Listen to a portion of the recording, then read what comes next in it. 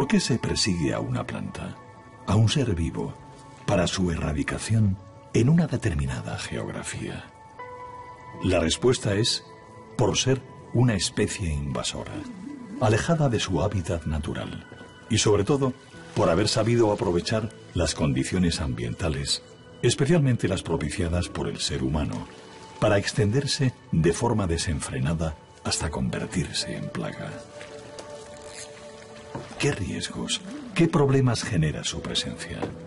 Muchos y diversos, de orden medioambiental, económico y social. ¿Y cómo combatir su proliferación? ¿Cómo suprimir la especie de forma eficaz y lógica? Surgen entonces las dificultades. No buscamos surcando las aguas la huella del eucalipto, del lucio o de la trucha arcoíris, dañinos ejemplos de especies invasoras amnistiadas por la legislación por motivos inconfesables, sino la presencia de una planta de agua dulce, adaptada de forma asombrosa por la evolución para implantarse y reproducirse en aguas estancadas y cálidas, muy alejadas de su lugar de origen, las zonas tropicales del Nuevo Mundo, los cursos de agua del Amazonas. Es el Eichhornia crassipes, el jacinto de agua, también llamado aguapé o lampazo, últimamente conocido como camalote, un vocablo que en realidad nombra las islas flotantes que el jacinto de agua provoca, junto a otras plantas de toda variedad y especie. Una palabra, camalote, que basta ser mentada para poner en alerta a quien sepa de las condiciones del tramo extremeño del Guadiana, en particular desde las Vegas Altas hasta más allá de la frontera entre España y Portugal. La invasión del jacinto de agua en el lince con botas.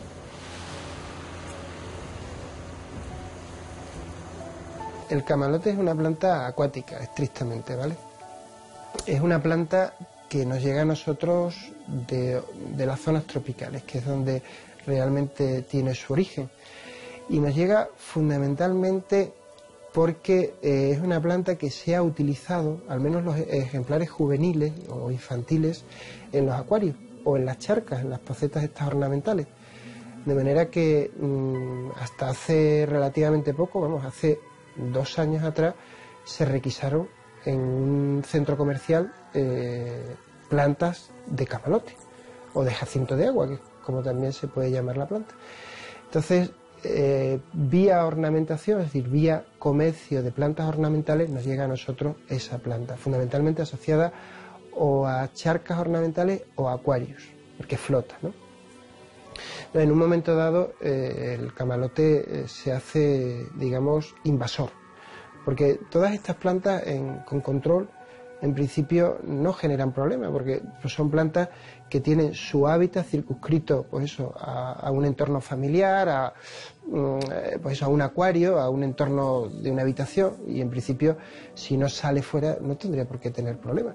Pero claro, si ese acuario se vuelca sobre un alcantarillado, si esa charca se limpia y los restos pasan a algún torrente, a algún cauce, pues al final es cuando se genera el problema, porque entonces son plantas tropicales. Nosotros estamos en un área que es subtropical, es decir, nosotros tenemos más de tropical que algunas zonas atlánticas, es decir, en el espacio, por ejemplo, de Portugal, ahí vive también el camalote de manera invasor, pero tiene unos desarrollos menores que los que tiene en el área nuestra, porque nosotros somos, por decirlo de alguna manera, áreas más cerca de lo que es el clima tropical, ¿no? Nosotros, de hecho, para algunos países, nuestro territorio se estudia como zonas subtropicales europeas, ¿no? Entonces, en esas condiciones, en el momento en que salta la planta a un medio lacustre o acuático, como puede ser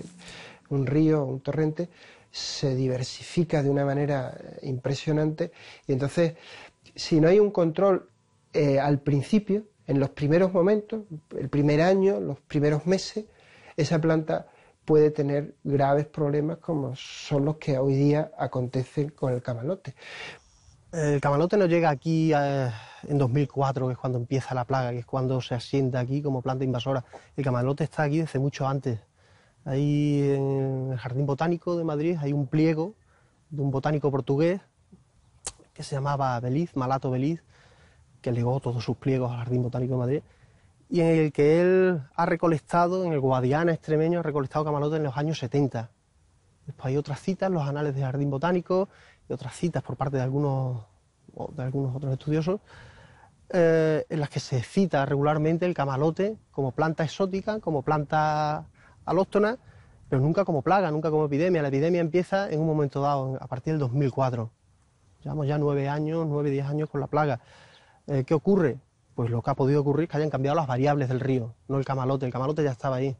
El camalote alguien lo haría llegar al río, igual que se ha hecho llegar a distintos hábitats, a distintos ecosistemas de todo el mundo. Ahora mismo está colonizando los grandes lagos de África, está en el sur de Australia, está en los Everglades de Florida, está en México, está en muchísimas zonas de fuera de su hábitat y causando auténticos problemas ambientales y en infraestructura y problemas económicos grandes, ¿no?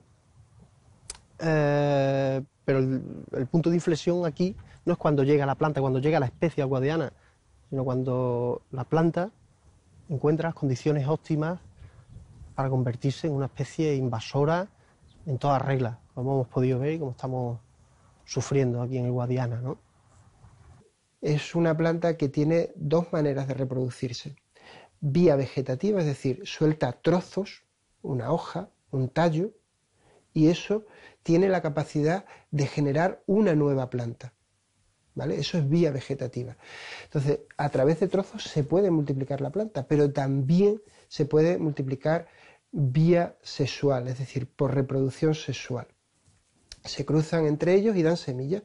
Entonces, las semillas también se producen, se ha comprobado que además hay un porcentaje muy elevado de semillas que producen las plantas de camalote. Esas semillas flotan, tienen una superficie muy curiosa porque son como esponjosas, están llenas de aire y flotan en el agua, entonces se dispersan a una velocidad y una distancia enorme. Pero hay determinadas semillas que no flotan, que precipitan y caen en las zonas, digamos, del lecho de los ríos, ¿no? Entonces, tanto unas como otras facilitan una dispersión tremenda y los bancos de semillas, es decir, los suelos, se acumulan muchas de estas semillas que después, año tras año, van a salir nuevas plantas de camalote. De manera que nosotros en el camalote lo que vemos es solo una parte, pero además una parte pequeña de lo que realmente conserva hoy día ya el territorio. Entonces, si en un primer momento, primer año, se hubiese atajado el control de esa planta, todo esto que estamos hablando ahora mismo o que estamos observando probablemente no se hubiese producido, porque se hubiese atajado o circunscrito a un área reducida el espacio que domina el camalote. Pero como eso no se produjo, la planta se desarrolló ampliamente, la planta produjo muchas semillas y eso se dispersó a unos espacios que van más allá digamos, de nuestras fronteras, ¿no? Entonces, hoy día el camalote tiene muchos problemas, pero el más inmediato es poder por lo menos controlarlo, no ya erradicarlo, sino controlarlo. Entonces, sistemáticamente, todos los años, con una frecuencia que está poco menos que medida, van emergiendo esas semillas que de un año a otro también se van generando. Entonces, es muy difícil hoy día controlar el camalote porque está distribuido en una área muy amplia y en el momento en que puede producir semillas, vuelve a recebar, vuelve a nutrir los bancos de semillas que otros años volverán a sacar. Entonces, ese es un problema, claro, es un problema muy grave. La planta, bueno, es una planta, Eichhornia crassipes, es una planta que en condiciones naturales está en el Amazonas, ¿vale? Allí es una planta normal, natural. y está adaptada al ecosistema. De hecho, hay muchas especies de fauna que se alimentan de esto. Y está en equilibrio. El problema es cuando esta planta la sacas de su entorno y la metes en otro entorno. Entonces se transforma en especie invasora. En el Amazonas, por ejemplo, el manatí, que es un mamífero, se alimenta básicamente de camalote. Está adaptado a comer camalote, etcétera, ¿no? Pero claro, el problema es que esta planta la sueltas en otro sitio. Es una planta que flota, es una Pontederacea, bueno, es una planta que, como veis, tiene una hoja y lo que es el peciolo de la hoja está adaptado, se hincha con un flotador. Es un flotador lleno de aire y esto hace que la planta se flote totalmente y pueda ser arrastrada por el agua, bien aguas abajo por la corriente, o las hojas hacen como vela y pueden subir aguas arriba por el viento, ¿no? Según las condiciones. Vale. Pero esta planta lo que hace es bombear agua. Las raíces van sueltas en el agua, como transpira mucho, coge el agua, lo bombea y se va quedando con los nutrientes que hay disueltos en el agua y crece de forma espectacular. Uno de los problemas es que en una superficie totalmente cubierta de camalote, las pérdidas de agua por evapotranspiración son 4 veces superiores que si no hubiera camalote.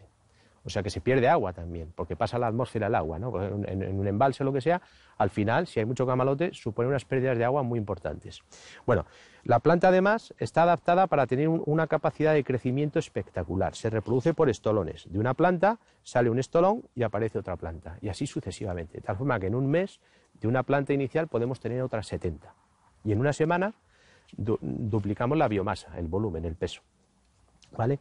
Claro, esta capacidad de crecimiento para que se produzca depende de las condiciones climatológicas. Requiere nutrientes en el agua. En el caso del Guadiana, en verano estamos en una zona de regadío donde se produce un retorno de aguas de regadío rica en nutrientes. Requiere insolación directa. En el caso del Guadiana estamos en un tramo ancho en el que hay poca vegetación de ribera y poco sombreo, y requiere altas temperaturas. Estamos en Extremadura y en verano pues hace calor. Bueno, en verano no, la mitad del año. Entonces, cuando la temperatura del agua supera los 10 grados centígrados, empieza a desarrollarse de forma espectacular, que es lo que nos ocurre durante la mitad del año aquí donde estamos, en el tramo extremeño. Y entonces crece de forma espectacular, ¿vale? Va creciendo, y a medida que se hace grande, esa bolita, ese primer peciolo, la planta, ese peciolo se va estirando, ¿vale? Con la misma capacidad de flotación. Si esto lo rompemos, no es nada, es una esponja. Es aire lo que hay aquí, ¿vale? Está adaptada perfectamente, ¿vale? Y va creciendo, etcétera. Y además tiene otras adaptaciones para protegerse o poder reproducirse, que es que produce flor durante todo el año. Hay alguna masa que van saliendo una fluorescencia, una flor que es muy bonita, que mucha gente la coge para llevarse a la casa, lo desaconsejo, porque además dura poco, o sea, y que además esa flor poliniza. Con las abejas normales polinizan esa flor. Tenemos ahí una flor, Jesús, déjame la flor. Poliniza, que eso todos los insectos pues polinizan esta flor, ¿eh? Durante todo el año está produciendo flor, muy bonita, pero un lirio, le llaman también lirio. Esta flor poliniza y produce esa semilla. Luego, además de la reproducción asexual por estolones, es capaz de reproducirse también como una planta normal produciendo semillas. Semillas, que ya he dicho, muy pequeñitas, de 2 milímetros, que quedan mezcladas por el agua. Esas semillas luego, cuando llegan a una orilla en condiciones de estabilidad, son capaces de germinar. Les cuesta, porque al germinar eso, como estamos en un río, afortunadamente hay oleaje y acaba arrastrando y se pierde mucha de esta semilla. Esa es la razón por la que, afortunadamente, no ha aparecido camalote aguas abajo de la presa de Montijo de forma importante. O sea, aunque es capaz de reproducirse por semilla, la principal causa de extensión de la planta es por estolones, de forma sexual, como estaba diciendo antes. La planta la veis de este tamaño, pero puede llegar a crecer hasta cubrir a una persona entera el tamaño de esta hoja, ¿eh? Esta planta, a medida que va creciendo en manchas, va acercándose al eje del cauce y es arrastrada, y a veces se pueden ver islas enteras de camalote avanzando aguas abajo, ¿vale? Y se va ocupando otros tramos del río. Y además, cuando hay mucha planta, al no entrar en el río, empiezan ya a salir por las orillas y a ocupar lo que es la tierra. De hecho, cuando hay muchísima planta, en algunas ocasiones se ha podido llegar a cruzar el río andando por encima de la planta. O sea, puedes andar por encima de ahí tanta planta que hace de pontón. Tú puedes pisar y cruzar el río por encima. Lo desaconsejo porque es peligroso, pero es verdad que también ha ocurrido. Con lo cual, realmente es una cosa extrañísima que en el Guadiana, pues la vegetación de aquí y la fauna de aquí no está adaptada a combatir este sistema de crecimiento, reproducción y de alimentación que tiene esta planta. Repito que ya está prohibido la venta, comercialización, que hasta hace unos meses no se podía, está totalmente prohibido. Está prohibido cogerla del río para llevársela a casa a un estanque, está prohibido por ley. O sea, además se puede actuar ya tranquilamente y se puede denunciar. Nosotros hemos tenido en el Seprona, la Guardia Civil está totalmente ya informada y formada, la comunidad autónoma y generalmente yo creo que en Extremadura ya prácticamente todo el mundo en las poblaciones del entorno del Guadiana conocen ya bien esta planta y cuál es la problemática, ¿no? ¿Qué ocurre? Que a lo mejor en otros ríos, en otras zonas de España no lo conocen. Sería bueno esto extenderlo para que no aparezca en otros sitios. Aquí ya la conocemos, pero en otros sitios no. Bueno, pues eso es más o menos lo que es el camalote.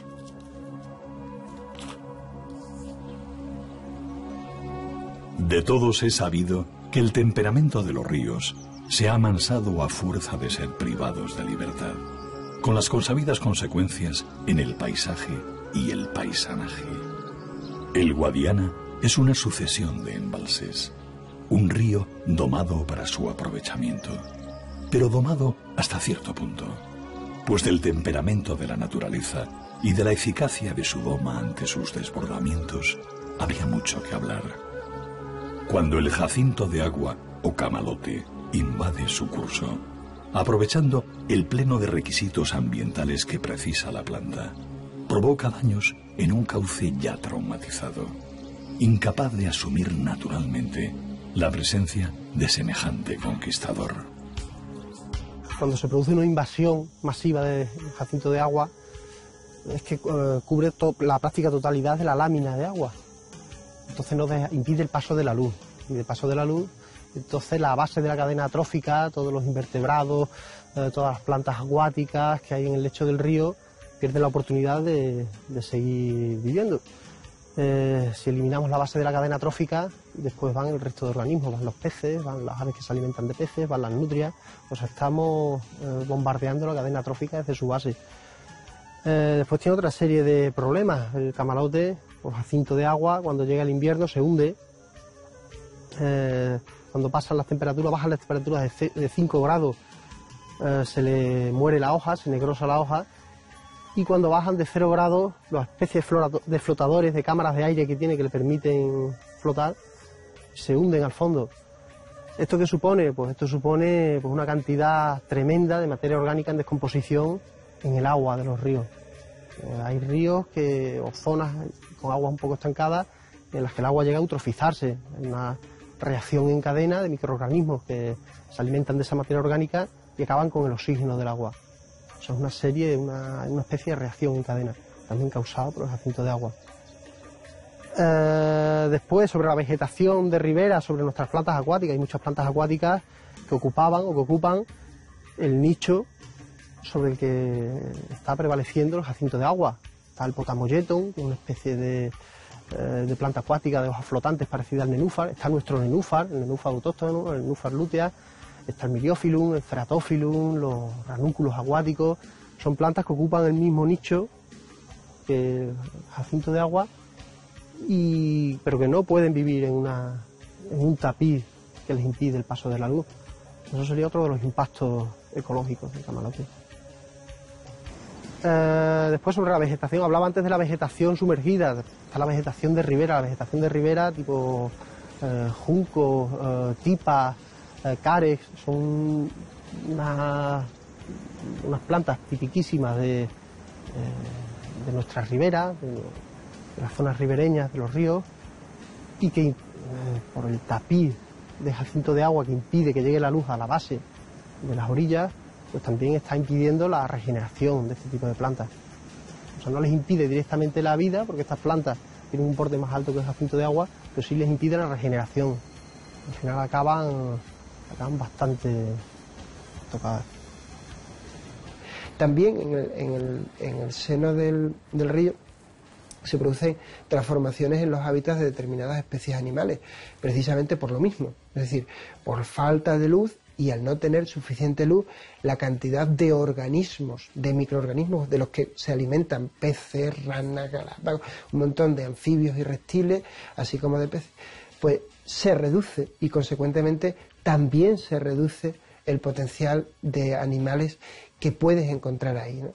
Entonces, en términos ambientales, el camalote, su presencia influye en que se produce un descenso de la diversidad biológica y, consecuentemente, de la biodiversidad. El río se hace menos biodiverso. ¿Qué supone eso desde un punto de vista de riesgo? Es decir, eso son palabras que al final quedan en eso, pero desde un punto de vista práctico, ¿cómo se reduce? Pues muy sencillo.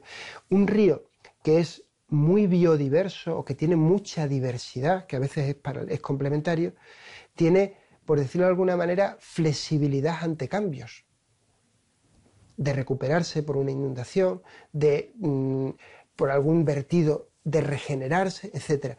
Pero si es muy poco diverso, ante un achaque de este tipo, tiene menos capacidad de recuperación, es decir, está menos sano, le cuesta o no se recupera.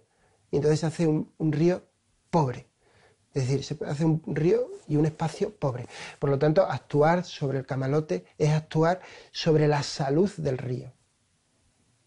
Luego hay otra serie de problemas inmediatos, como son los usuarios. Pues los pescadores no pueden pescar, los piragüistas, como aquí los de Mérida, no tienen dónde hacer su actividad, se produce un efecto visual que causa alarma a la población, etcétera. Y una serie de actividades, cangrejeros, etcétera, no pueden desarrollar su actividad normal en el río. Y luego hay un problema económico o un riesgo económico evidente, que es que si esta planta entrase en los canales de distribución del agua a la zona de regadío, y aquí en la presa de Montijo tenemos dos canales muy importantes que entre los dos riegan más de 40.000 hectáreas, si esta planta entrase en los canales quedaría inutilizado el sistema de riego. Entonces eso supone un riesgo económico incalculable, de muchísimos millones, ¿no? El no poder regar porque atasca las compuertas, hace que la circulación de agua no sea efectiva en los canales, los bombeos, y luego encima podría aparecer la planta en los arrozales, en los maizales, o generar unos problemas económicos muy importantes. Tampoco se ha llegado a producir porque se han tomado medidas, se han adaptado las rejas de entrada, se ponen barreras y eso no ha llegado a producirse. Esos son los tres grandes grupos de riesgos: ambientales, sociales y económicos, que por ahora se han ido evitando. Por eso no podemos dejar de actuar en el tema este concreto del camalote. El camalote flota y, al no aferrarse con sus raíces al lecho del río, sacarlo de las aguas es una tarea sencilla, que se convertirá en ardua cuando su número se multiplique y cubra el cauce de orilla a orilla. Se dice de la selva amazónica que allí la naturaleza solo se rinde una vez que ha ganado la batalla. Básicamente porque su intensidad lo abarca todo. Es solemne ante la amenaza del hombre. En nuestro territorio, el enfrentamiento con el ser humano parte de un aprovechamiento de nuestro modo de actuar previo al combate. La actitud decidida del Jacinto de Agua para colonizar la cuenca del Guadiana es consecuencia en buena parte de que se estimula la voracidad de la planta por la cantidad de nutrientes que encuentra en las balsas de agua. Bueno, que sí es importante recalcar que el camalote no es solo una causa, no es una causa de problemas, es una consecuencia, no es un problema aislado, es una consecuencia del estado del río. El camalote necesita, como hemos dicho, necesita dos cosas básicamente para estar a gusto en un río, para estar a gusto en un ecosistema. Necesita una temperatura idónea, una temperatura por encima de 25 grados de temperatura ambiental, que es la temperatura que tenemos aquí en Extremadura o en la cuenca media del Guadiana la mayor parte del año, por lo menos 8 meses al año. Y después, por otro lado, necesita un agua con muchos nutrientes. Eso lo tenemos un río que está bastante contaminado, tenemos un río que está soportando los vertidos de las conserveras, de las vegas altas. Ahora mismo solo hay que ir a ver las EDAR, las estaciones de aguas residuales de Don Benito, Villanueva, que hay ocasiones en las que vierten aguas fecales al río Guadiana. Las vegas altas son un auténtico efluente de aguas contaminadas por fertilizantes, y eso es una bomba. Ese agua contaminada con esa carga, ese cóctel de contaminantes, de fertilizantes, es lo que necesita el camalote para estar a gusto en un río, y es lo que hace que las poblaciones, una población que podía ser anecdótica, se convierta en explosiva y llegue a colonizar un río a lo largo de 80 kilómetros como si fuese una pradera, y causando los problemas que causó, por ejemplo, en verano-otoño de 2012, que llegó a colapsar algunos ojos del puente romano de Mérida, ¿no? Por ejemplo, el patrón del jacinto de agua aquí durante estos años ha sido ese, crecimientos explosivos que han colonizado el río de orilla a orilla, la práctica totalidad del tramo medio del Guadiana, que está infectado por el jacinto, que es desde el río Ruecas aproximadamente, en Medellín, hasta el azul de Mérida, de la presa de Montijo. Y cuando llega la época fría, cuando bajan las temperaturas, los nutrientes en el agua siguen siendo los mismos, pero la temperatura baja. Al bajar la temperatura ambiente de 5 grados, el jacinto deja de multiplicarse, deja de producir los estolones, estos que produce en la época cálida, en primavera y verano, principio de otoño, los deja de producir. Cuando bajan más las temperaturas, se llegan a necrosar todas las, como dijimos, todas las hojas y todos los flotadores, entonces se paraliza la invasión. Incluso hay veces que parece que remite o que el camalote ha desaparecido. Los camalotes en invierno hay veces que cuando al necrosarse el flotador se van al fondo, se hunden. Entonces la impresión es que la epidemia, la plaga, ha desaparecido. Cuando calienta el sol, cuando llegan los meses de marzo, abril, algunos años incluso febrero, y empieza a regenerarse, empiezan a echar yemas adventicias, empiezan a aparecer nuevos pecíolos abultados con cámaras de aire, de buenas a primeras aparecen pequeñas plantas de jacinto de agua por todo el tramo del río, sin que nadie sepa de dónde han venido. No es por reproducción sexual, el camalote jacinto de agua tiene una capacidad muy baja de reproducirse a través de semillas, incluso en su hábitat se ha comprobado que la germinación de la semilla es bajísima, e incluso la polinización de la flor tiene bastantes dificultades. Esta planta se reproduce, ha optado a lo largo de su carrera evolutiva por la reproducción vegetativa. Está dotada de unos estolones que produce, la punta de los cuales tiene unas pequeñas plantitas, unas plántulas. Estos estolones son bastante frágiles, con el solo paso de un ave acuática, de una barca, de cualquier movimiento, se parte. Esto ya es otra planta independiente. Otra planta independiente que irá flotando a lo largo del río hasta que encuentre otro nuevo lugar para colonizar. O para que lo recojan los señores operarios que los están recogiendo. Pero en cualquier caso, el problema que tiene es que como está tan ampliamente diversificado, en cualquier resquicio, es decir, en cualquier pequeña embalsito, en cualquier recodo del río, en cualquier sitio que pase un poco, te lo puedes encontrar y puede estar produciendo semillas y generando trozos de multiplicación para dispersarse a otros sitios, ¿no? Entonces es complicado, la verdad que es complicado a fecha de hoy dar una solución de erradicación del camalote, salvo las medidas que hoy día se están tomando, ¿no? Que son las de un control físico estrictamente, de retirada, y intentar en la medida de lo posible que esa retirada vaya progresivamente mermando el banco de semillas, es decir, esas semillas que están ahí permanentes, hasta alcanzar unos niveles en los que se pueda, por decirlo de alguna manera, atajar a un gran espacio y reducir su área de distribución, ¿no? Pero eso es a largo tiempo y con una inversión económica tremenda, es decir, eso, el coste que supone es muy elevado.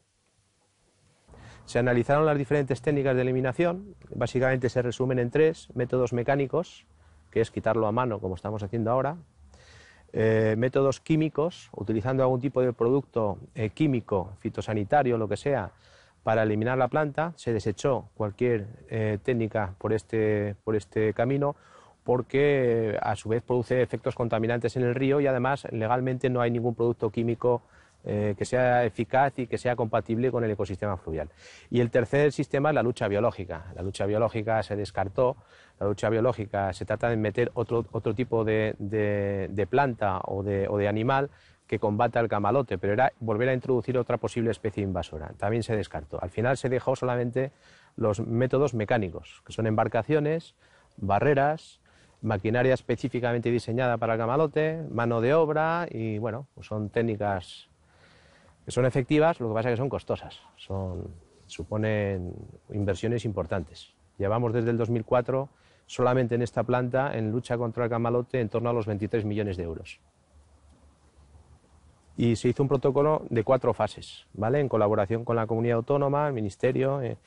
Y en la primera fase lo que se hizo fue intentar que aquello avanzara más. Entonces se utilizó como barrera, como límite de esa extensión de camalote, la presa de Montijo, que está aguas abajo de Mérida.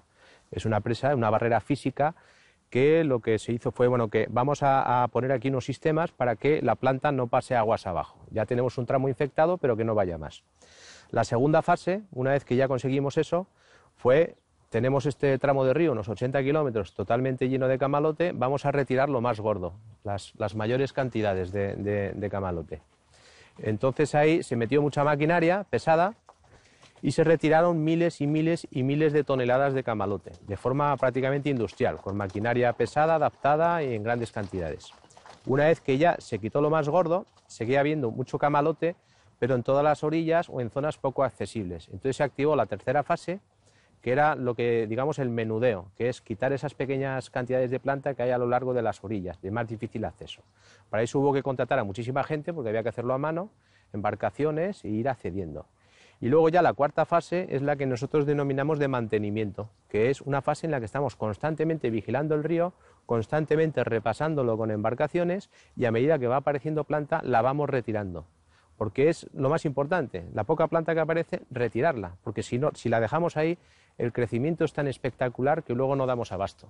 Crece mucho más rápido que la capacidad que tienes tú de retirar la planta. Lo que parece ser que están perfectamente evaluados y sopesados los daños que causa el jacinto de agua en nuestros ecosistemas. Una cosa que no está tan evaluada, que son los daños que causa la propia extracción, por lo menos tal y como se está haciendo hasta ahora, que es indudable que esos daños existen.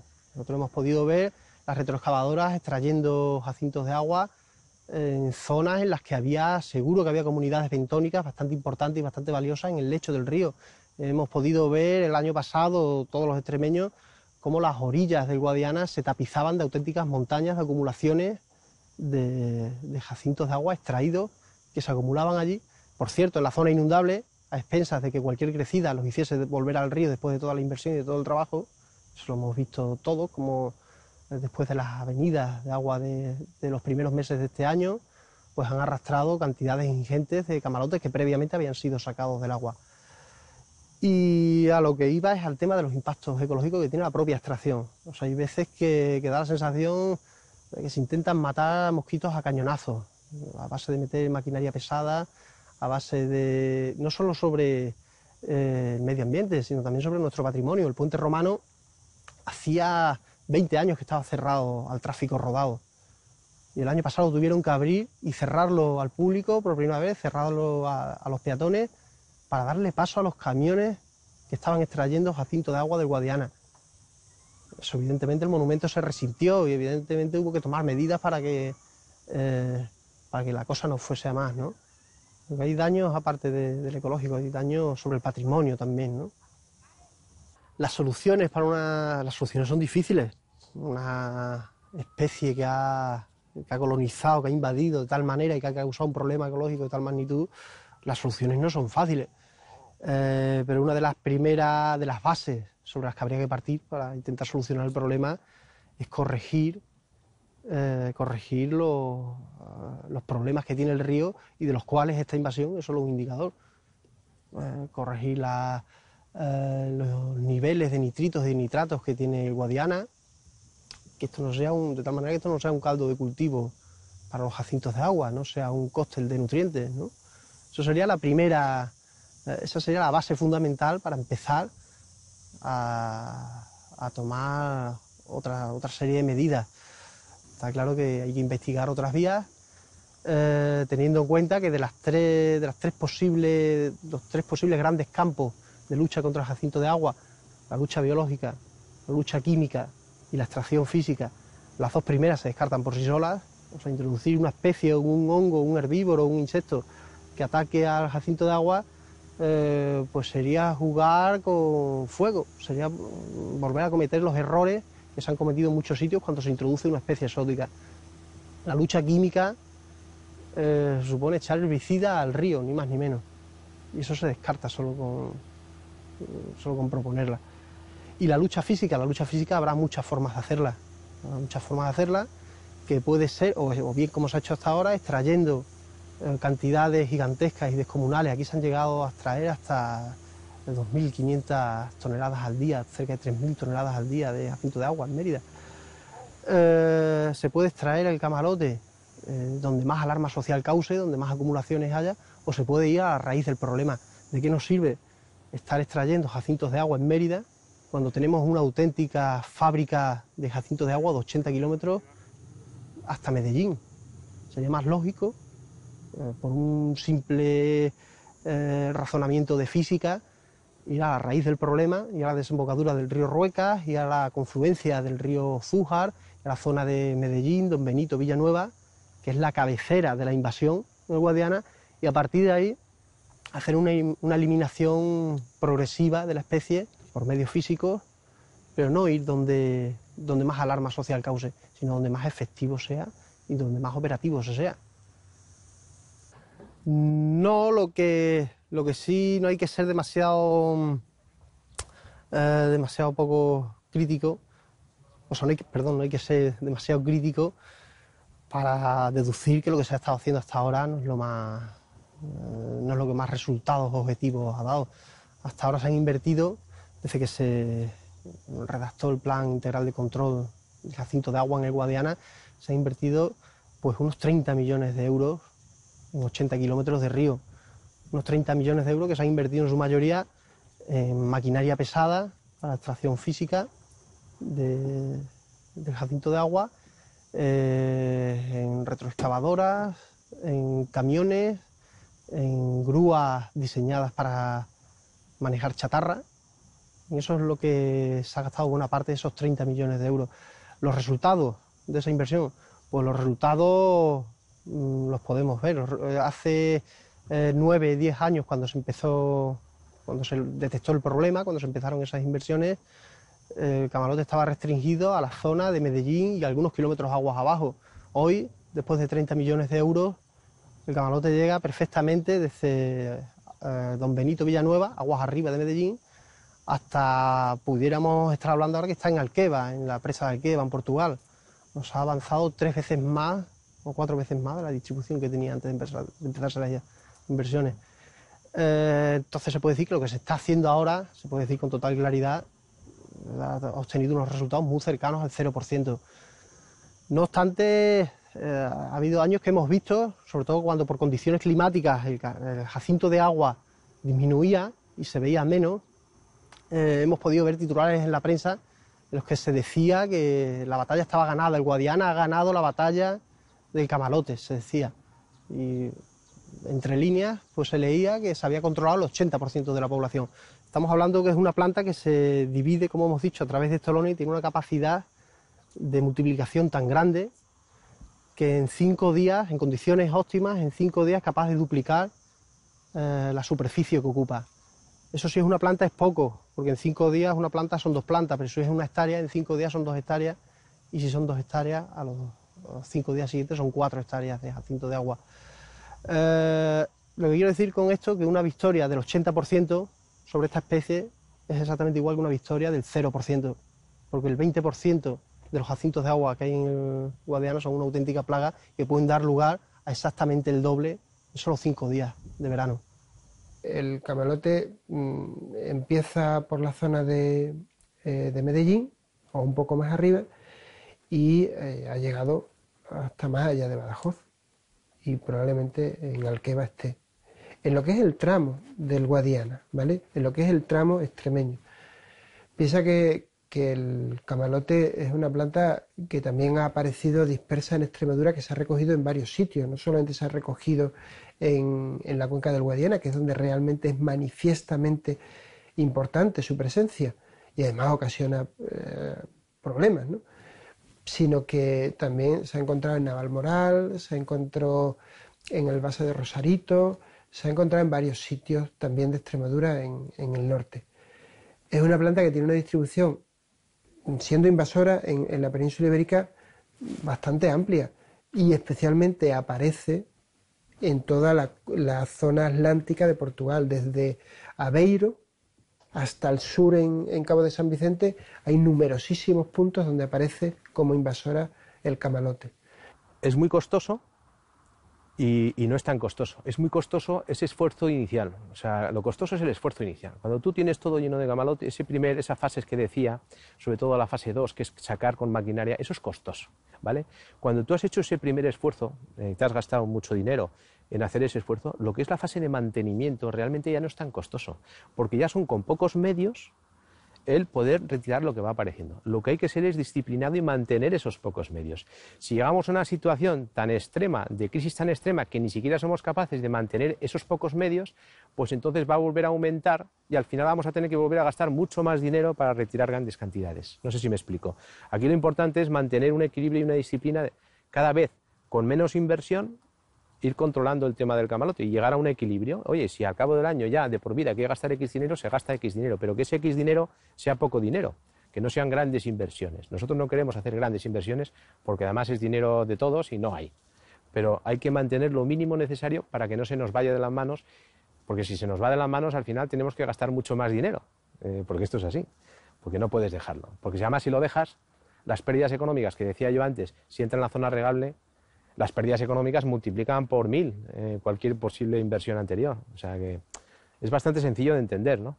Sí es verdad que luego al final pues esto exige una responsabilidad y un esfuerzo que a veces no es tan fácil de mantener, ¿no? Por otra serie de problemas. Pero bueno, hasta ahora más o menos la cosa está relativamente controlada. A pesar de que haya episodios puntuales, como en el 2012, de repente hay una explosión de camalote y no damos abasto, se vuelve a controlar. Este año, por ejemplo, en septiembre y en octubre hemos adquirido una maquinaria, hemos comprado una maquinaria en Alemania que va a llegar específica para cosechar camalote. Un barco cosechador que llegará en septiembre y que está destinado a retirar grandes manchas de camalote. Es como un quitanieves. No es que esté todo el año trabajando, pero cuando te hace falta, ¿no? Pues ya dispondríamos de él. Y también la adquisición de un vehículo anfibio para probar, y si funcionase a lo mejor se adquirirían más, eso ya lo veríamos, para intentar facilitar las labores de retirada de camalote. Se mantiene el personal, el dispositivo, pero lo reforzamos con una maquinaria que puede llegar a sitios donde ahora mismo con la gente no podemos llegar. O sea que poquito a poco también es verdad que se va mejorando la capacidad que tenemos para quitar camalote.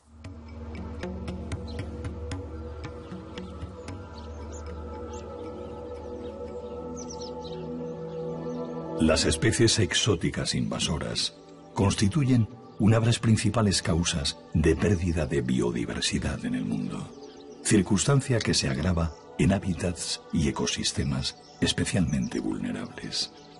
Esta frase obvia, un lugar común que se recoge en la normativa vigente en forma de convenios, decretos y directivas estatales e internacionales, advierte que los cambios provocados de forma natural o accidental en los ecosistemas de todo el planeta, que están redistribuyendo numerosas especies vegetales y animales, no deberían ser tomados a la ligera en ningún caso.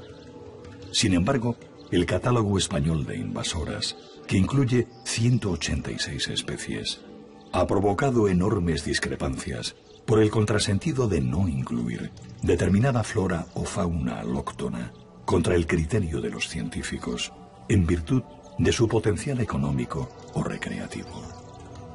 No es el caso, por ejemplo, del nenúfar mexicano, enraizado, este sí, en el lecho del Guadiana, y en la lista negra además de por sus desmanes contra el hábitat nativo, por no servir a ningún interés comercial, ni ser trofeo de caza o pesca.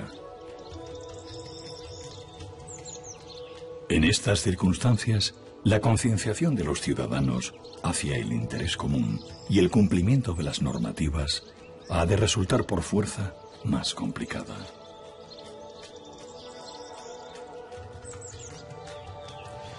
Tenemos en el tramo urbano de Badajoz una planta que también es parecida a esta, que es el nenúfar mexicano, que ocasiona menos problemas que el camalote, pero ya lleva 4 o 5 años y cada año hay más. Está extendiendo, se ven grandes manchas verdes que van ocupando cada vez más la superficie de la lámina de agua.